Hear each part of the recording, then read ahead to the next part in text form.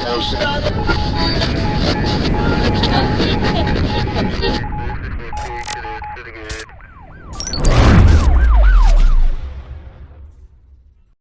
is what happens when you start to become vegan. You just fart a lot. Right, so you should see that it is recording. Yeah. Now, shall we act semi-professional at this and do another session? Yeah. Right, okay, so we'll do the usual 5, 4, 3, 2, introduce ourselves and all the rest of it, okay? Hello, everybody, and welcome to another E5 podcast. Tonight, my co-host is... Dan Jackson, aka Dan's the Engineer. It is Dan's the Engineer. And Dan, we're going to talk about something that we've both experienced in our careers at some point, which is a challenge, the challenge of self-employment, really. Absolutely.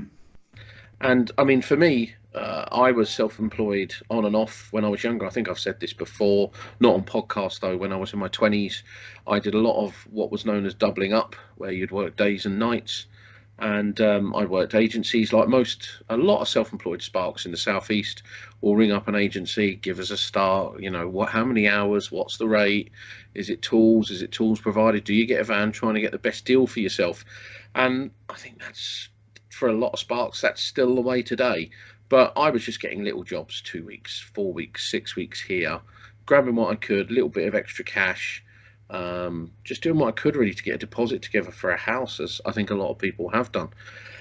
But there's a lot more challenges involved in self-employed, because some people will go self-employed to get off the tools into consultancy or management, or some people may want to jack their job in wherever they're working and try and get into the trade. So it's probably worth us talking about that in some level of detail. So Dan, tell us one of your stories about when you've been self-employed or had to deal with self-employed guys. Well, So I've mainly been employed most of my career. Okay. When I had my previous business, we used to subcontract some stuff. Yeah. So we had guys who were employed and we had subcontractors. And then when I sold my business, I became self-employed to do the work that I do now. So I'm self-employed now. I'm a sole trader. So I see differences. I've never been that kind of what you said, the self-employed electrician who does jobs for, him, her, and everybody. But I obviously know a lot of electricians who do that. See, I'm going to be very direct and honest as always.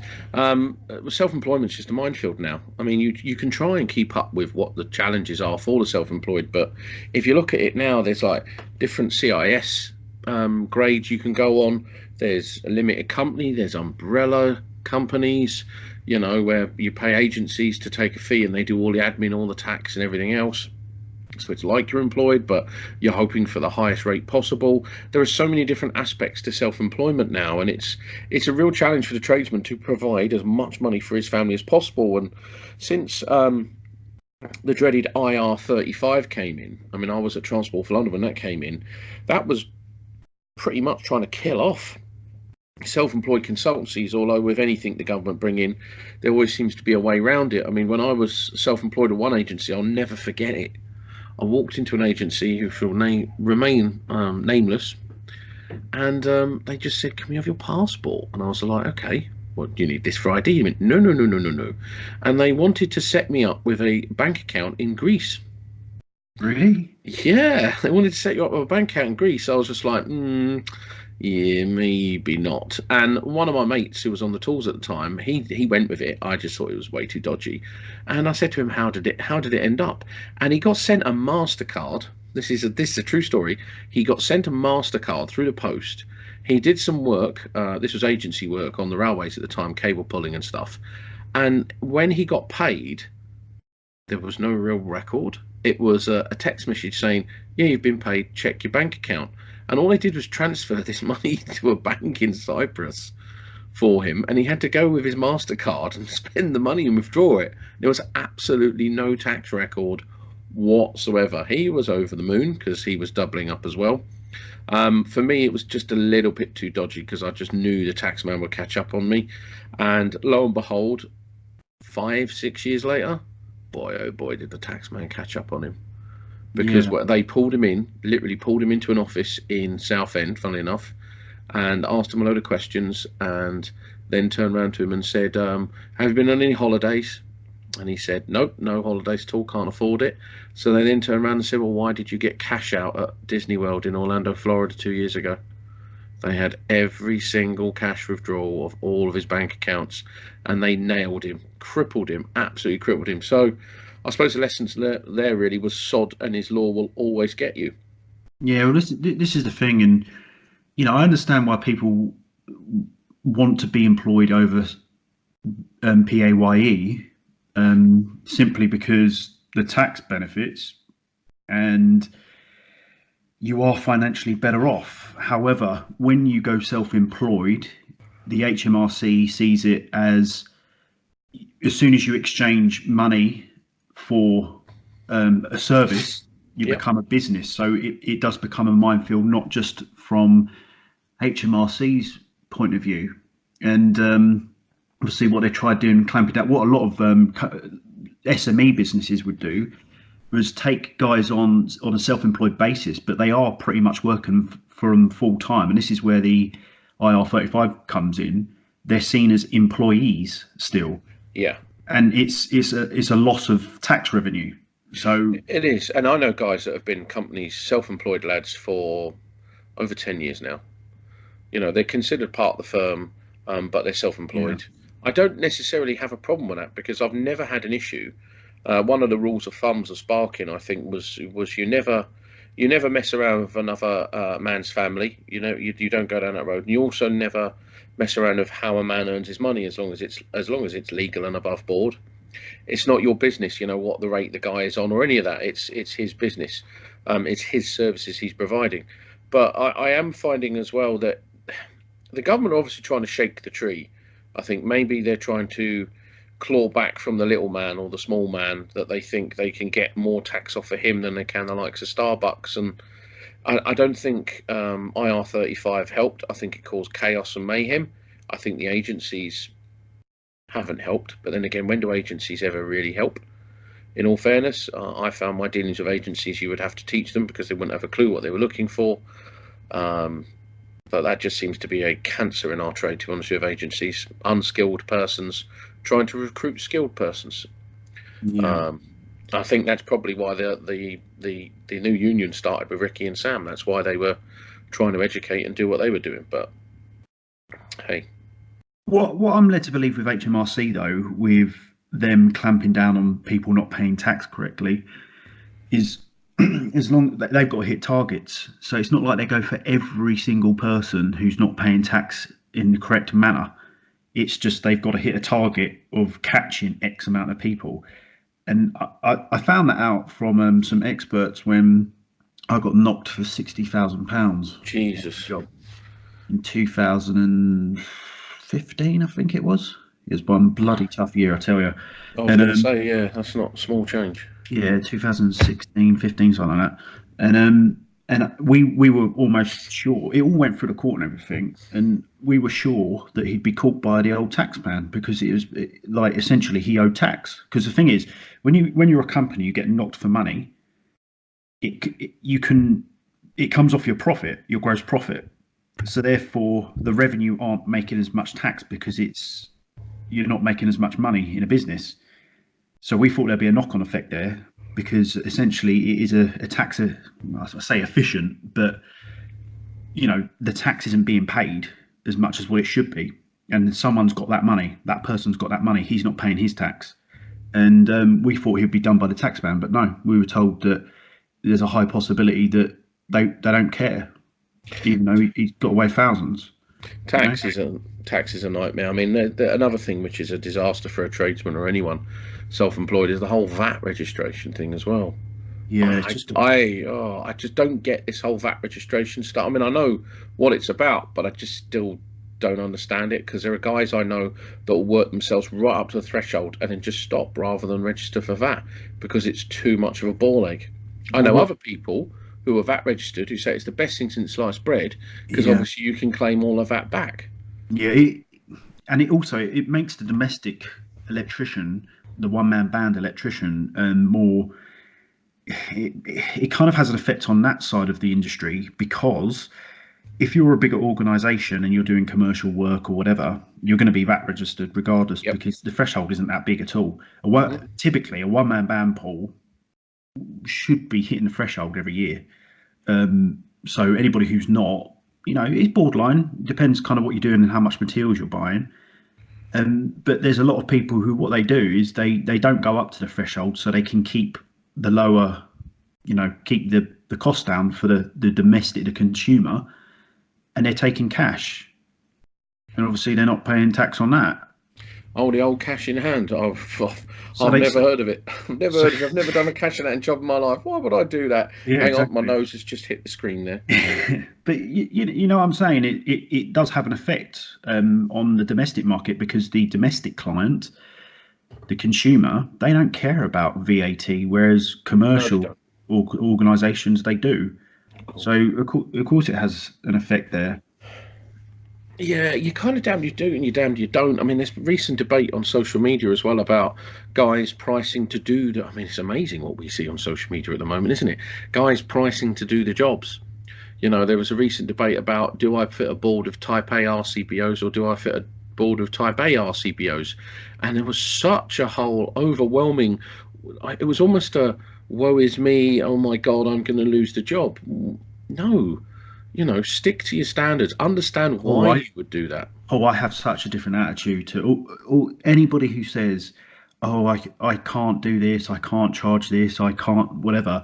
Like, to me, and a lot of guys really have hammer into me and have a go at me, but I've Yeah. always gone to a client and said, "I'm a professional. This is Yep. what I'm installing. This is what it costs. If Yep. you want a good job done, I have to pay my guys a lot of money, Yep. because I need to look after them to get a good job done. Yep. And if they don't accept that and appreciate that, go to someone else. I'm not interested in working for you." Don't get me wrong, there's a lot of people out there who won't pay to have a job done properly. However, I don't want to fit into that bracket. I don't want to be in that massive. The thing is, with being an electrician, right, is that this word electrician is so broad, and even yourself, Paul, even though, whether you call yourself an electrician or not, you're still capable of doing what an electrician does. And then you've got the people who Just do the about. really short courses, or call themselves electricians, who we know they're not electricians really. However, we're all branded in the same bracket as electrician, so that the market value is so bloody low to what it actually should be to meet legislation essentially and standards. I think if I ever went back on the tools, I'd need 6 to 12 months to jumpstart the old practical engine and maybe lose a few stone and put a bit of oil on the rusty joints.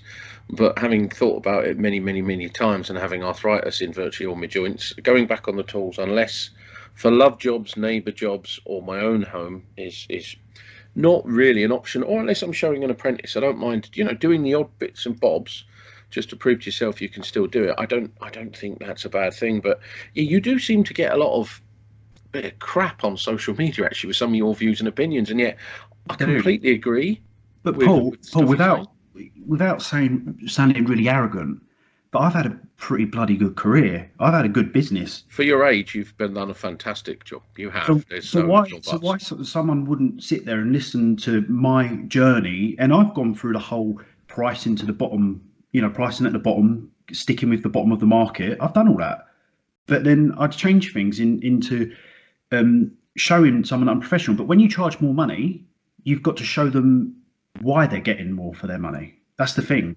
So you have got up your game. So, but it's this horrible cycle of I've these. done I've done love jobs for people where I've literally only asked them just to pay for the materials, and they've got the hump with the materials, and you just think to yourself, "Holy cow!" That people don't realise because it's not. I mean, Gas Safe have got a great model. You can't touch gas. It's against the law to touch gas in your home, period, if you're a homeowner, yet you own your home. But it's still illegal to touch gas in your own home. You need a Gas Safe registered installer. Corgi, when it first came out, owned their licensing scheme, registration scheme, sorry, not license. And they advertised the hell out of it so much, and there were so many people who got in trouble, everyone still thinks it's Corgi, Corgi card, which is very frustrating for a lot of Gas Safe heating engineers who work very hard to renew their qualifications and earn their money, and they build the renewal cost of their qualifications and all the time out of work into their pricing, which is why you can have a heating engineer in your house for 2 hours and pay a fortune. And yet Spark, you can have them in your house for a whole day and you won't pay them a third of it. And I think it comes down to the value we hold. Anyone who's had an electrical fire in their house, guarantee you when it comes to electrics, they won't scrimp, because they'll have had that trauma, they'll have had that horrible experience, where for them, they're not going to muck around with electricity anymore. And I don't think we do enough to highlight these issues. Grenfell, we know that there was a fridge that failed in Grenfell, which caused a fire, but look what's happened. It's the cladding. Everybody focused on the cladding. They didn't focus on the electricity. It's convenient, isn't it? Didn't focus on the white goods. Very convenient. But now the wine regulations has got a device that will prevent that. But the white goods industry has got off scot-free. The cladding industry haven't got off scot-free, and it's now a national disaster. From a cladding perspective, well, you speak to anyone in social housing. I mean, Ryan did a LinkedIn article 6 months before Grenfell, having from his experience saying that something like Grenfell would happen. I know social housing managers who have gone and asked for monies to replace submains and risers and feeders and been told, no, we're going to spend £1 million painting the buildings because it shows the taxpayer that we're doing something rather than the electrics. It does. It says it all. It's the madness. And I hate to say it, in our industry, I think you need to shout, and you need to shout loudly. And I love what you say. You should set your own standard and pick your own clients. Some of the debates that I had on social media, I do feel for the guys, and I think it comes down to individual confidence and it comes down to knowledge. But that's, I think, one of the things what we're trying to do is help them with their knowledge and help them with that. And that's the cycle, because when I done a survey of how much electricians are earning, and it was the one-man bands who were earning less than anyone else after their overheads and everything. How much they actually earn as a wage before tax is frightening, because it is very easy. There's this culture of, I'm going to be an electrician, or I'm going to be self-employed, and I'm going to start working for Mrs. Jones, and that there's just so many of them, and that's the thing. The competition is absolutely rife. I kind of take the whole thing for granted. When I went to Tottenham College, I remember walking into college and going into the construction department. They said, "What do you want to be?" I said, "I want to do theatre lighting, so I want to do sparking." Great, in you go. And it was late 90s, and everything was free. I didn't pay for it. I didn't pay a penny for anything. It was Tony Blair's New Deal. Do you remember Tony Blair, the New Deal? They were chucking money at college. Oh, they were chucking money at colleges. Everything was free. Didn't pay a penny. Even when I got my apprenticeship, I didn't realise how much it cost.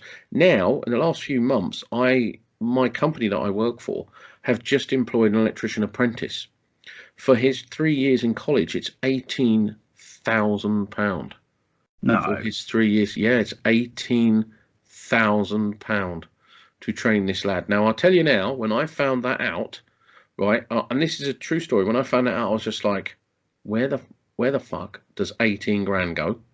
On a serious note, where does 18 grand go? Because these departments, these colleges that we go to, if you look at the individuals, if there was 18 grand for each one of them individuals, that would pay to renew all the equipment in their entire workshops within a few years.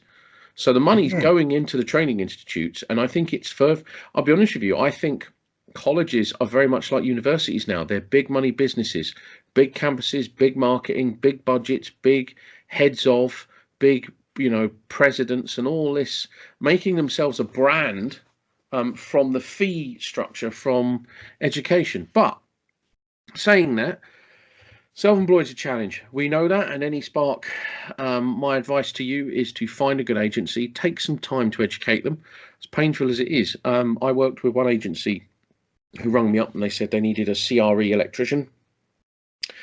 And I just put my head in my hands and was just like, oh, dear God.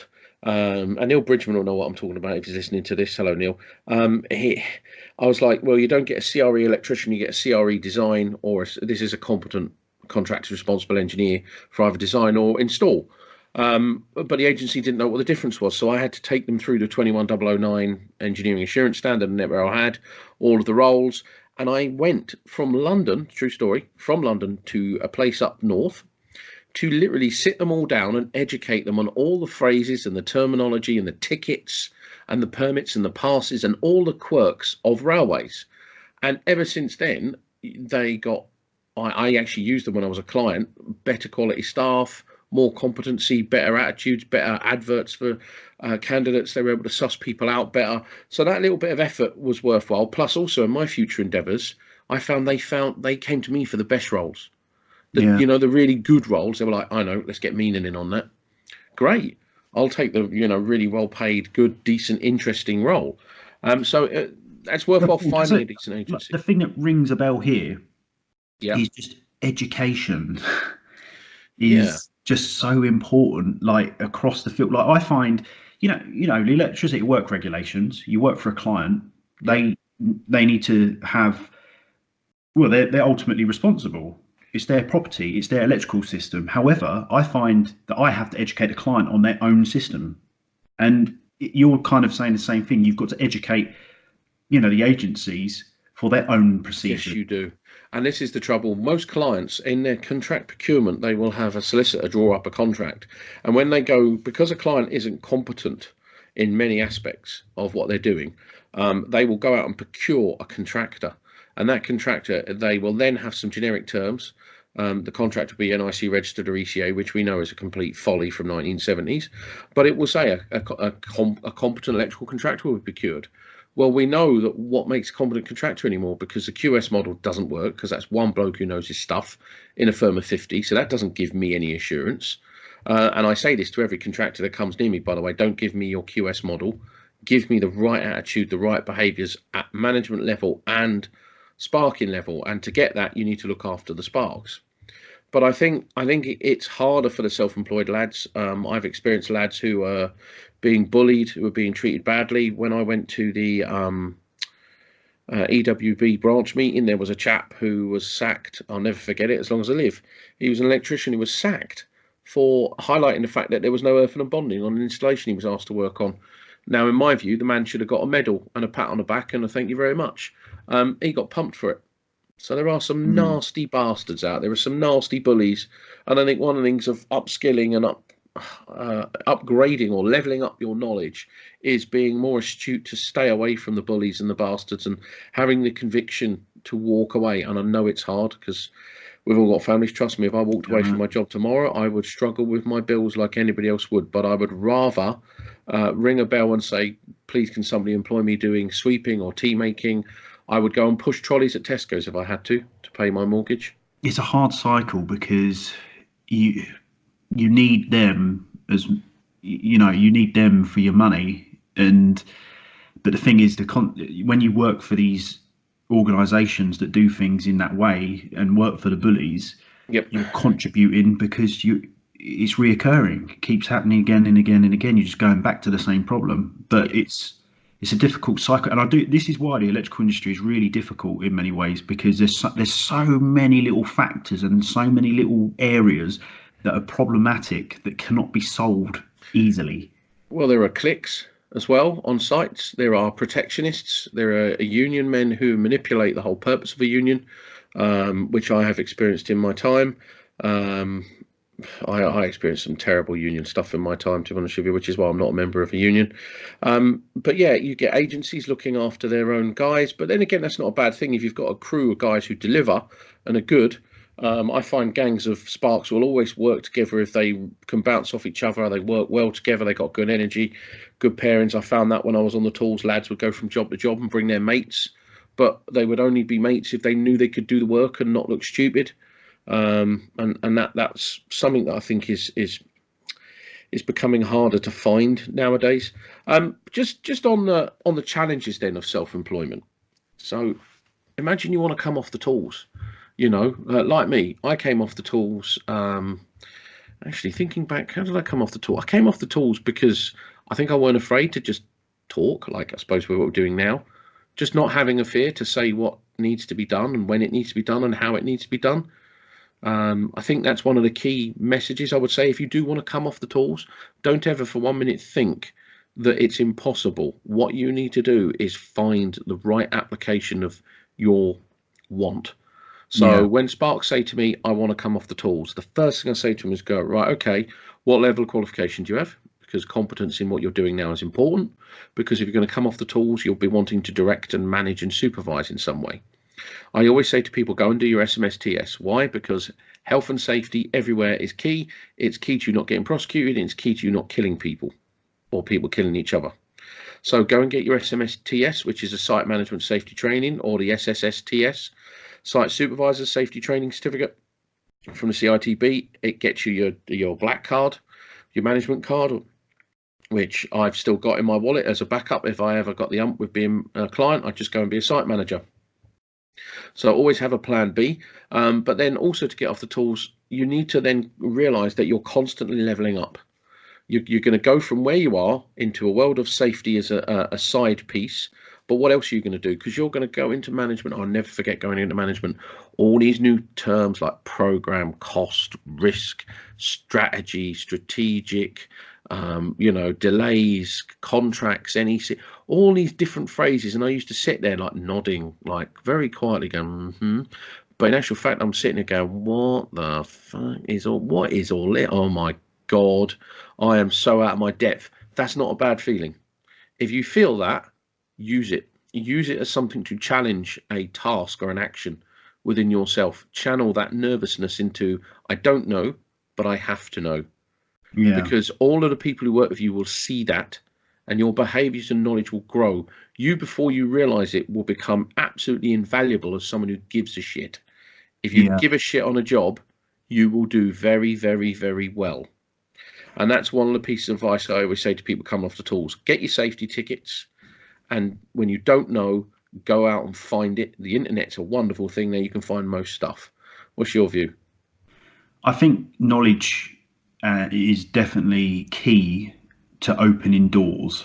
And obviously, I've done an interview with Paul Skirm the other day, and that guy, I mean, Jesus Christ, he's He's off the charts. constantly, oh my God, it's Yeah. incredible. And you don't become the level of consultant he is without knowledge. And I spoke to someone earlier actually, Paul, and I said I do 1 hour a day, 6 days a week of self study, CPD or something to progress and to continue learning. Obviously, and they're like, "Oh God, it sounds like you're in school again." I was like, "But the thing is, like my Every career, day's a school day. yeah, every day is a school day, and my career is where it is because I'm learning, and I honestly feel stupid being around some people, and I want to constantly learn. I want to know when I hear a guy talk about something and that I'm quite interested in. I'm like, I want to know what that guy knows. Yeah. And by learning, you have to invest in yourself, time and money into yourself, and there's ways of doing it that aren't expensive, but you've really got to put yourself out there. If I use myself as an example, I went and learned about EMC. I went and learned about electricity at work regs. Within 3 months of learning about electricity at work regs, and I know we learn it when we're apprentices, but as a manager, I went and did a dedicated training course. 3 months later, I was running a training course for people. I was repeating back the knowledge I'd gained and my application of that knowledge. I went and did an auditor role for London Underground. Why? Because I got reamed out on an audit on London Underground, so I wanted to understand the mindset. I've done quality training, audit training, I've done safety training, fire training, I've done asset management training to understand the mindset of the people and the companies that I work around so that I can transfer that mindset down into where the electrical building services are and try and make some structured and mindset and behavioral improvements just so that Yeah. we can actually have a laugh, enjoy what we're doing, and be safe. And it does freak up most people out I work with, which is why most people who work with me seem to remember me, which I still find very strange. But hey, I'll take that as a compliment. So coming off the tools, there you go. So look at safety, look at upskilling yourself. Every day is a school day. If you remember that, you'll be fine. If you need any support and advice, I'm sure one of us can help you.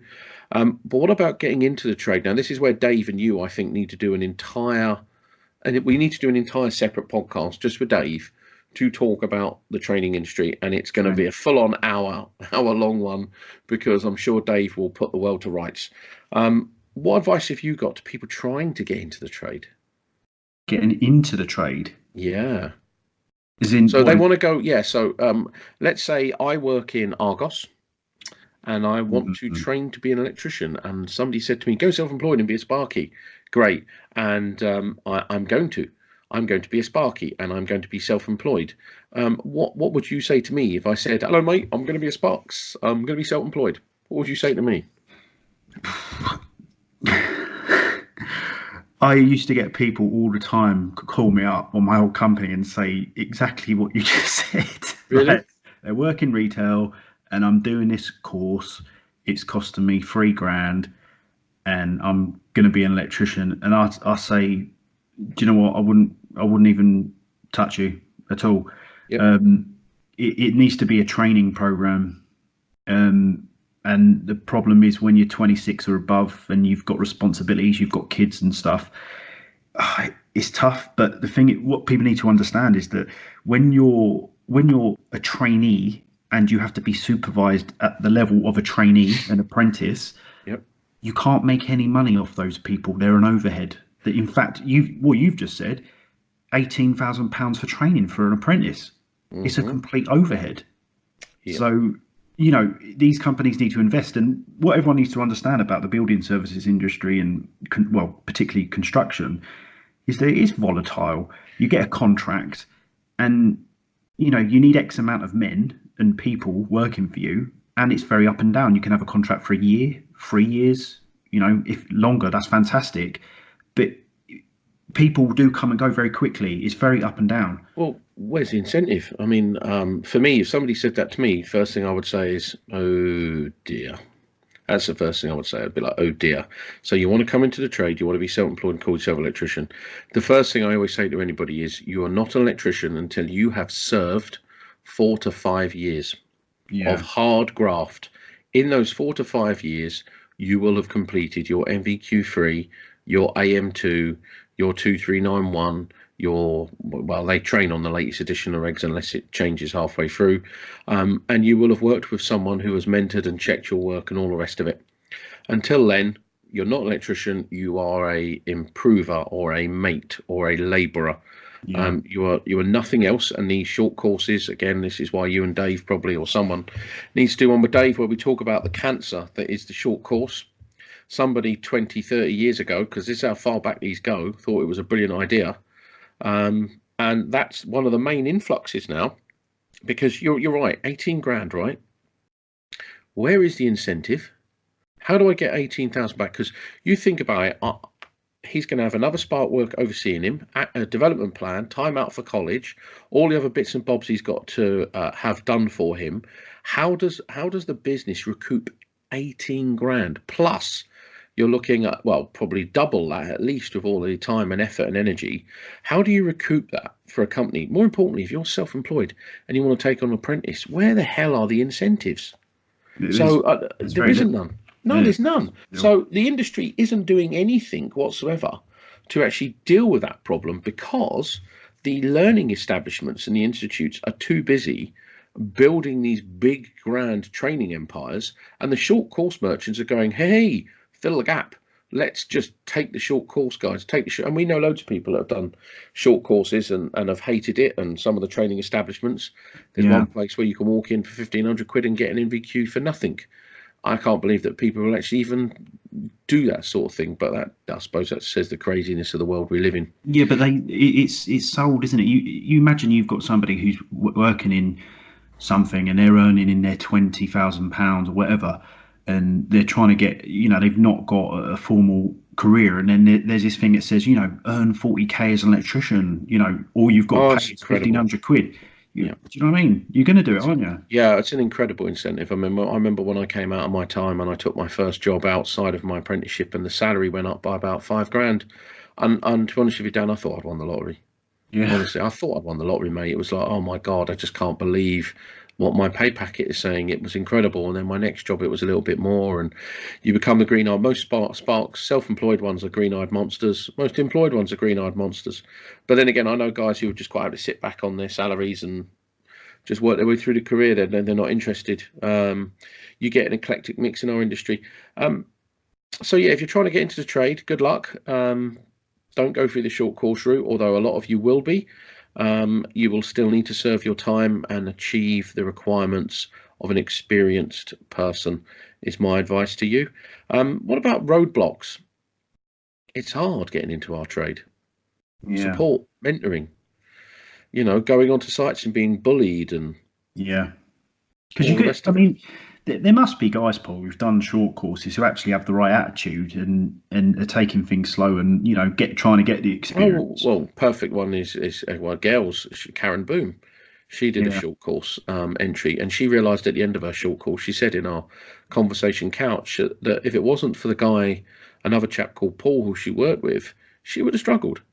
But luckily, some sparks took her under her wing, and they developed her and grew and gave her the experience, gave her the knowledge, which the short courses weren't providing her. But that was a consciously competent decision.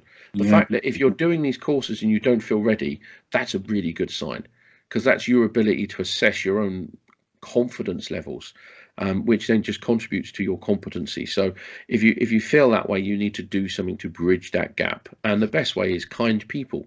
There are kind people out there, and hopefully over the years there'll be more and more kind people, because when I started there was a lot of bitter and twisted sparks, a lot. And I look forward to them all retiring and buggering off, to be perfectly frank, because it's that attitude that's helped destroy the industry. We know it's broken in places, and we need to, via our behaviours, fix it.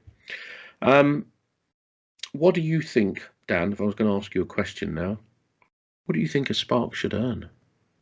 What do I think they should earn? Cool, Yeah. blimey. By the way, we don't rehearse these. These are just like literally us having a Um, chat. I don't. Oh, it.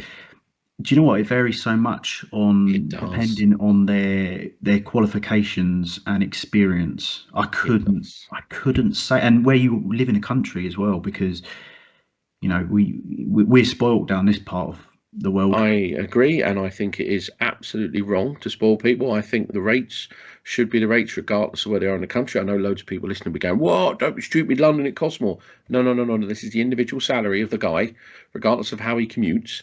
The individual salary, I think, I know electricians up north who are paid tuppence halfpenny, to be honest with you, and they would be on, if they're in London, I'd be paying them £25 an hour. Yeah. Easily minimum. I'd be paying them £25 an hour, but they'll be on like £9 an hour. We've seen on social media there was places in Scotland and up north where they were like £8 Nor- an hour. Yeah, Northern Ireland seems to be the worst. Yeah, it's just it's. I think it's the employers not wanting to pay, or if actually, do you know what it probably is? Can I say this on a podcast? What the hell? It's your podcast. I You say I what you. think I think it is pure. I think in 50%, and I'm being generous, 50% it is pure profiteering of the employers. It's risk and profiteering. It's, if I'm going to make 10 grand out of that job, great. I'll make 5 grand if I pay them boys more. So I think it's a balance of risk and profit that a lot of Yeah. employers pay. And if somebody will come in for £8, or let's say £12 an hour, um, then they'll take the guy who will go for £12 an hour rather than the guy who wants the, and I'm using my quotation marks, JIB rates, because that's a lot of things the Sparks go for, is they want a minimum of the JIB rates, which I don't disagree with. I think we should be paying far more than the JIB rates, and I think the JIB rates, to be perfectly frank, have and are stuck in 1982. They have no way risen with inflation. They have barely gone up in my 20 years, and the JIB rates are agreed with by the union, which is really conveniently owned by the contractors, and it's all this whole, the contractor sets the rates with a union who are supposed. No, it's just rubbish. The rates have never gone up properly, and I think the rates should be far higher for what is effectively a science and a skill of that science. And because they haven't gone up, the skills have gone out of the industry, which is Yeah. why the short courses have met the needs of the short-term profits of the employers. And I think that's something that needs to, very slowly, because it won't happen overnight, I think it needs to change. Um, I think there's a lot of jealousy.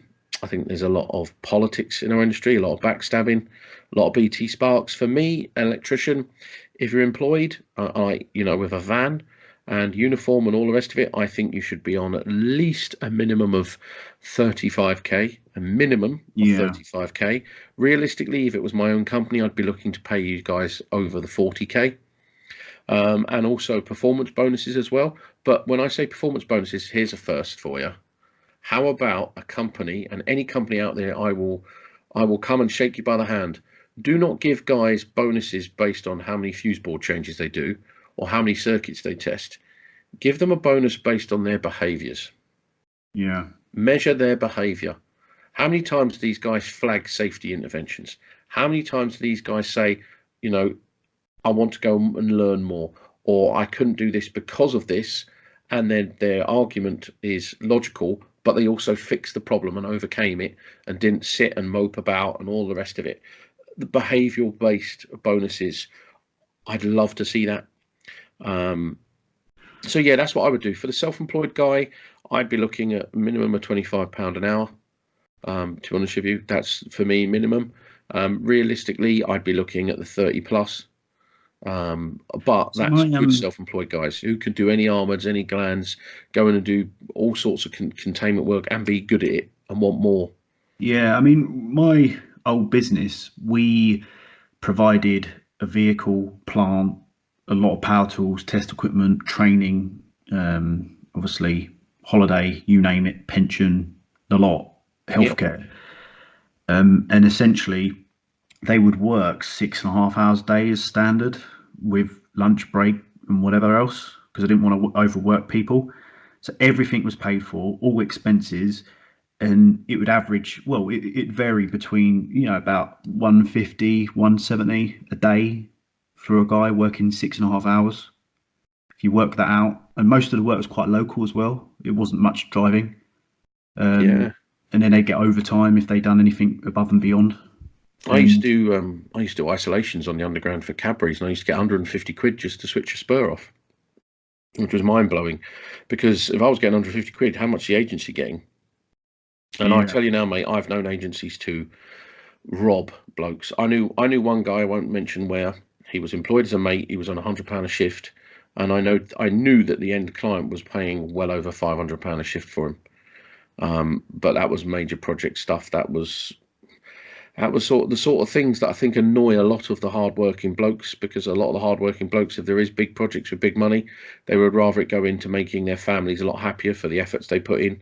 I have no time for the whole guys who go on to projects and just say we'll get a Christmas drink out of this, lads, and all that. Their them behaviours to me is just pretty much sackable straight away. I can't tolerate any of that rubbish.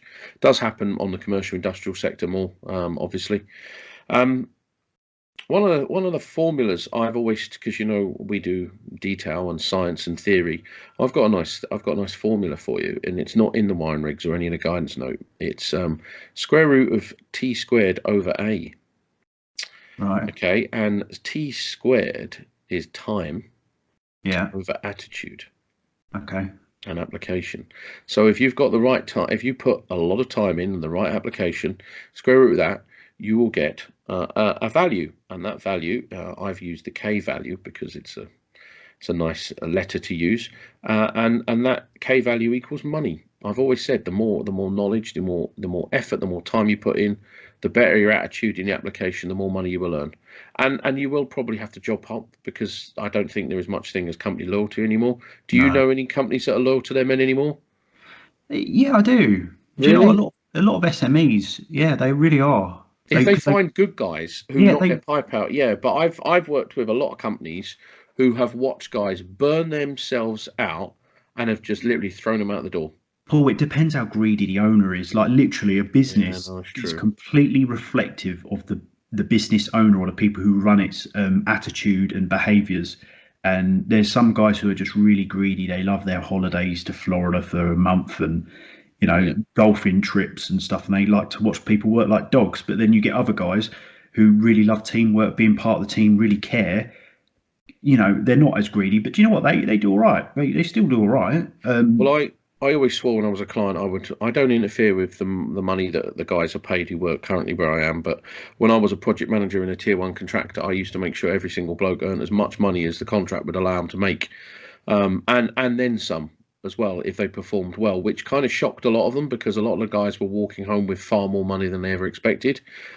But for that, I expected a change in behaviours, and that, I think, for a lot of them, they found quite refreshing. which is really sad. So I would always advise, if there's any sparks out there listening, try and get yourself up into the ladder, onto the ladder, gain the knowledge, and work your way into a client role so that we can have a bit more intelligence in the client position, Yeah. and then the clients will actually start to value the advice that's been given, because a lot of electrical contractors, a lot of clients just think they're pulling their plunger. They just think they're taking the piss and after the money.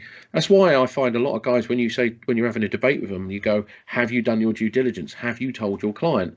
And they just go, no, they can't be bothered. And I'm like, well, if you can't be bothered, the client won't be bothered. You're immediately showing a bad attitude towards the client, so they'll lose any confidence they have in dealing with electrical contractors, because the electrical contractor should be very firm and succinct in saying, this is wrong.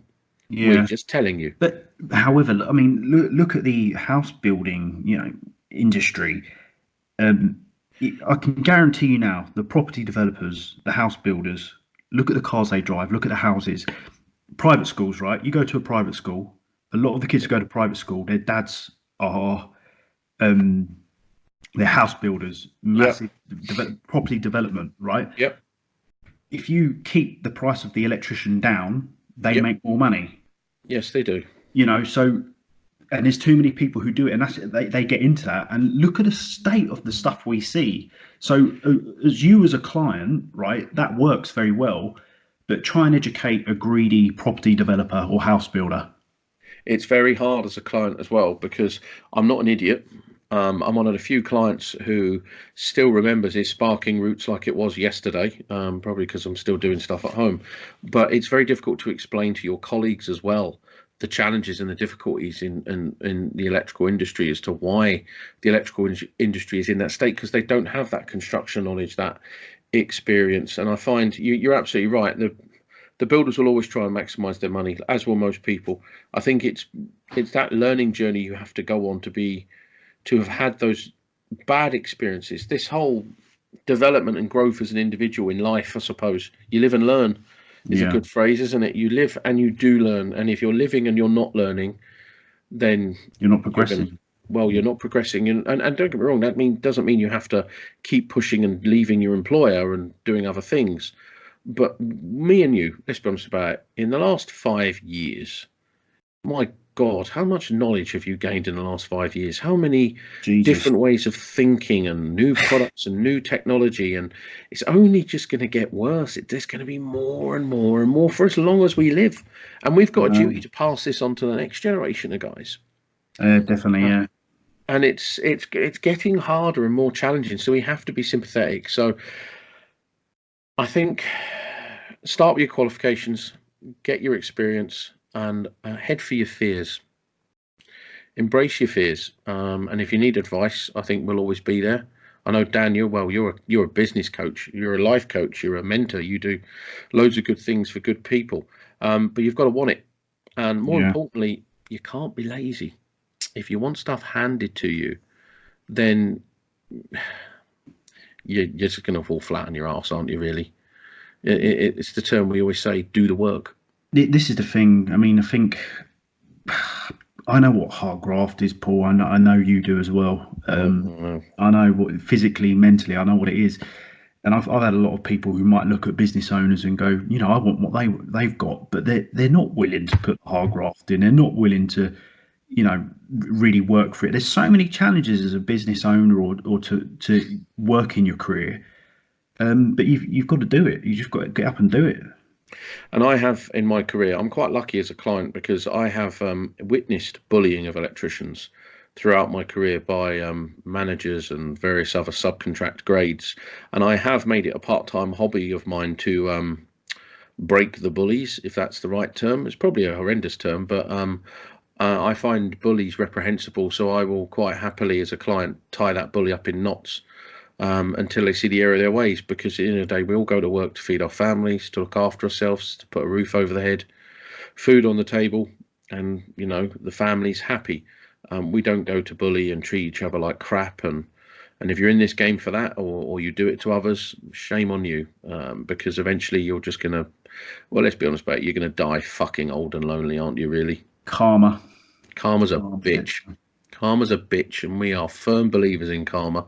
Forgive that last expletive, but hey, it is what it is. So, any final thoughts from you, Dan, on the whole world of just employment, qualifications, self-employment? It's a Paul, minefield, isn't it? I could talk ages about this. I think we've got to Do you wrap know this what the one worst up. thing is we're probably going to get loads of comments on social media directed at you, because the last time we did this, we got a load, and it was like the whole point of everything. I mean, I might do one on competence because I do a lecture for the IET on competence. Funny enough, I've got one next week, and there's no wrong answer. There's no wrong answer. Everybody's journey is different. Everybody's position is different. There's a common framework, but for me, and if you're listening to this and wondering what the hell competence is, it is the difference between knowing you are shit and knowing you're shit, but it's also knowing what good is. It's also having the training, the knowledge, the skills, the experience, the attitude, the aptitude, the right behaviours, but more importantly, the ability to say, I can't do that. Yeah. And that's where the strength comes. And if you've got a balance of all of them, you've got a level of competence that you can build on, I think. Yeah. Any last words, Dan? No. No, I think we're just too emotionally drained from this, aren't we? Really, we've laid our souls on bare. Nobody have got to this bit. It's too emotional for us. Right. Okay. Well, on that bombshell, we would again like to thank you for listening on your drive into work or out of work. And please feel free to message us and let us know what you'd like us to discuss, debate, or chew the fat over. And Dan, sorry. And make sure that you're sharing this podcast if you like it on social media. It helps us. It helps us get out there a bit more. And, obviously there's going to be some topics that your peers will find interesting. Yes, we want to help people. That's the whole point of E5: influence, inspire, inform, support, and educate. And on that bombshell, thank you very much for listening, Dan. You're a legend and an engineer as always. And until the next time, thanks for listening. Bye.